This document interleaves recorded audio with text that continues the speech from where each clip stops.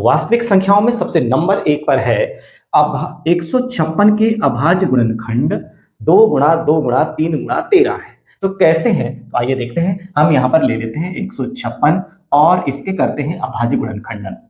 2 2 सत्ते 14, फिर बचा 1 2 अट्ठे 16। फिर हम देखते हैं 2 का भाग, तो 2 तिया 6 2 नम 18। फिर हमने दिया 3 का भाग, तो 3 एकम 3 3 तिया 9, और फिर दिया 13 का, तो 13 एकम 13। तो 156 बराबर हमें प्राप्त हो जाएगा 2 गुणा 2 गुणा 3 गुणा 13। इसे हम घातों के रूप में यदि लिखना चाहेंगे तो 2 की घात 2 गुणा 3 की घात 1 गुणा 13 की घात 1। इस तरह से हमें 156 के अभाज्य गुणनखंड करना है बच्चों। दूसरे नंबर पर जो अति महत्वपूर्ण है वो है दो संख्याओं का गुणनफल 32 तथा उनका एलसीएम 8 है, तो उनका एचसीएफ क्या होगा। चलिए देख लेते हैं। हमारे पास क्या है, दो संख्याओं का गुणनफल, तो एलसीएम गुणा एचसीएफ वास्तव में किसके बराबर होता है, दो संख्याओं के गुणनफल के बराबर होता है। संख्याओं का गुणनफल इसके बराबर होता है। तो क्या हो जाएगा, देखिए हमारे पास एलसीएम 8 है, एचसीएफ हमें पता नहीं है, और यहाँ पर दो संख्याओं का गुणनफल क्या क्या है, देखिए तो दो संख्याओं का गुणनफल हमें कितना दिया हुआ है, 32 दिया हुआ है। हम यहाँ पर लिख देते हैं 32, और ये हो जाएगा एचसीएफ बराबर 32/8। 8 एकम 8, 8 चौके 32। तो यहाँ पर अब देखते हैं, यहाँ पर हमें क्या प्राप्त हुआ, एचसीएफ 32 प्राप्त हुआ, तो ये 4 प्राप्त हुआ। एचसीएफ हमें क्या प्राप्त हुआ, 4 प्राप्त हुआ। चलिए अब ले लेते हैं अगला नंबर 3। क्या है, 12, 15 और 21 का एलसीएम 420, एचसीएफ 3 है। वास्तव में जब हम 12, 15 और 21 का एलसीएम और एचसीएफ निकालते हैं तो कैसे निकालते हैं, देखिए सबसे पहले 12 के अभाज्य गुणनखंड कर लेंगे, 2 छिंग 12, 2 तिया 6 और 3 एकम 3। फिर हम 15 के अभाज्य गुणनखंड कर लेंगे, 3 पच्चे 15, 5 एकम 5, और उसके बाद हम 21 के अभाज्य गुणनखंड कर लेंगे, 3 सत्ते 21, 7 एकम 7।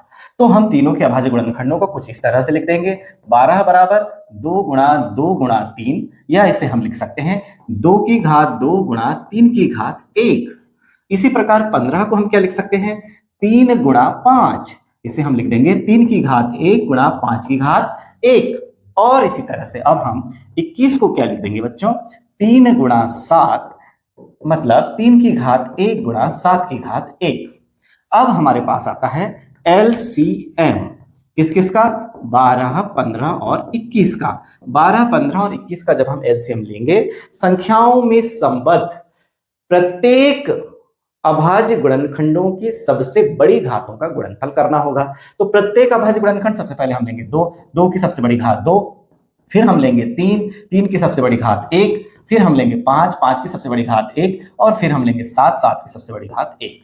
जब हम गुणा कर देंगे तो 7 पाना 35, 35 दिया 105, और 105 चौके 420 हमारा एलसीएम प्राप्त हो जाएगा बच्चों 12, 15, 21 का। इसी प्रकार हमें लेना है एचसीएफ, किसका, 12, 15 और 21 का। जब हम इसका एचसीएफ लेंगे तो एचसीएफ क्या होगा, एचसीएफ संख्याओं में संबद्ध प्रत्येक उभयनिष्ठ अभाज्य गुणनखंडों की सबसे छोटी घातें लेना है। तो उभयनिष्ठ यहाँ पर कौन है, 3 की घात 1 है, सब में है, इसके अलावा कुछ भी उभयनिष्ठ नहीं है, तो सब में 3 की घात 1, मतलब हमें एचसीएफ कितना प्राप्त हुआ, 3 प्राप्त हुआ। इस तरह से हमें यह भी एक महत्वपूर्ण सवाल और वस्तुनिष्ठ दोनों के रूप में आ सकता है कि 12, 15 और 21 का एलसीएम और एचसीएफ ज्ञात कीजिए। आगे चौथे नंबर पर है करणी 2 एक अपरिमेय संख्या है। मतलब हमें अच्छी तरह से ध्यान रखना है कि करणी 2, करणी 3, करणी 5 ये सब क्या है, अपरिमेय संख्या है। साथ ही हमें यह भी ध्यान रखना है कि पाई का मान अपरिमेय संख्या है, यानी पाई का जो मान होता है वो अपरिमेय संख्या है, परंतु जो हम गणना करने के लिए उपयोग करते हैं 22/7 और 3.14, ये पाई के वास्तविक मान नहीं है, ये उसके लगभग मान है, जो कि पाई के वास्तविक मान नहीं है। तो ये दोनों क्या है, परिमेय हैं। ये दोनों कैसी संख्याएं हैं, परिमेय हैं, क्योंकि इन्हें हम p/q के रूप में लिख सकते हैं, जहां p और q पूर्णांक है और q is not equal to 0। तो देखिए इसे ये परिमेय है, लेकिन वास्तव में पाई का मान जो है, पाई जो है वो एक अपरिमेय संख्या है। ये हमें ध्यान रखना है बच्चों। चलिए अगला ले लेते हैं। आगे हमारे पास आती है अंक गणित की आधारभूत प्रमेय।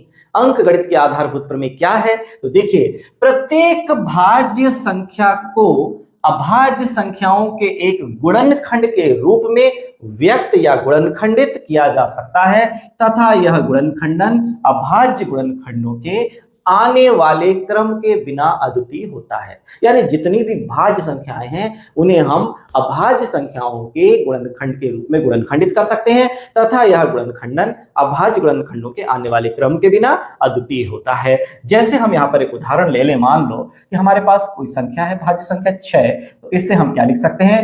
3 गुणा 2 लिख सकते हैं। तो प्रत्येक भाज्य संख्या को हमने क्या किया?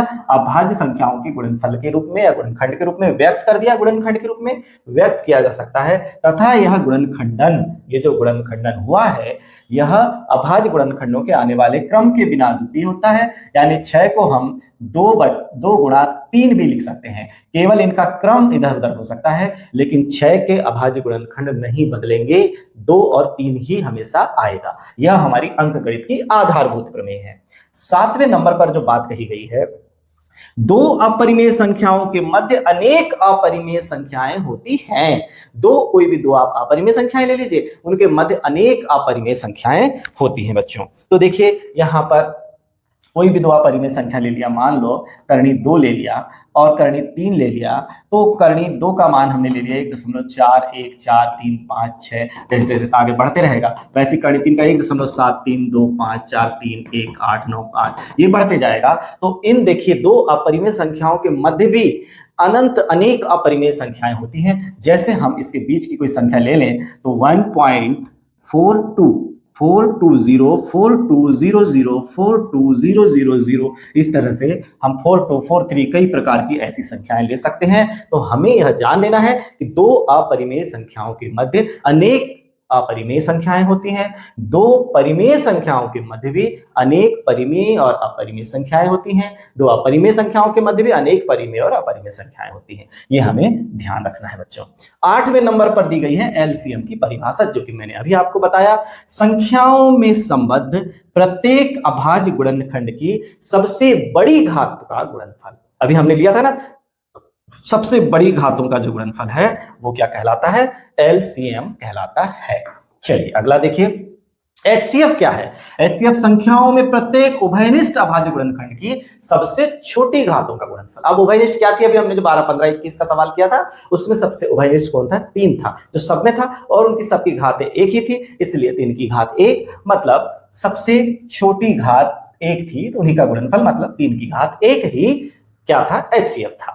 ऐसे ही एचसीएफ हमें याद रखना है, संख्याओं में संबद्ध प्रत्येक उभयनिष्ठ अभाज्य गुणनखंडों की सबसे छोटी घातों का गुणनफल।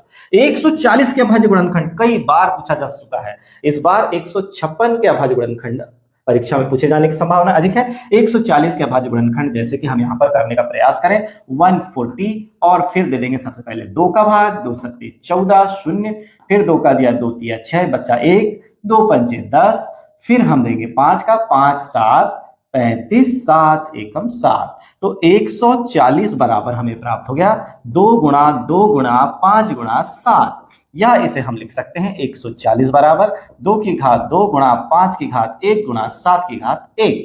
इस तरह से घातों के रूप में हम इन्हें लिख सकते हैं बच्चों, और हम ऐसे ही अभाज्य गुणनखंडों को घातों के रूप में लिखने की आदत बना लें।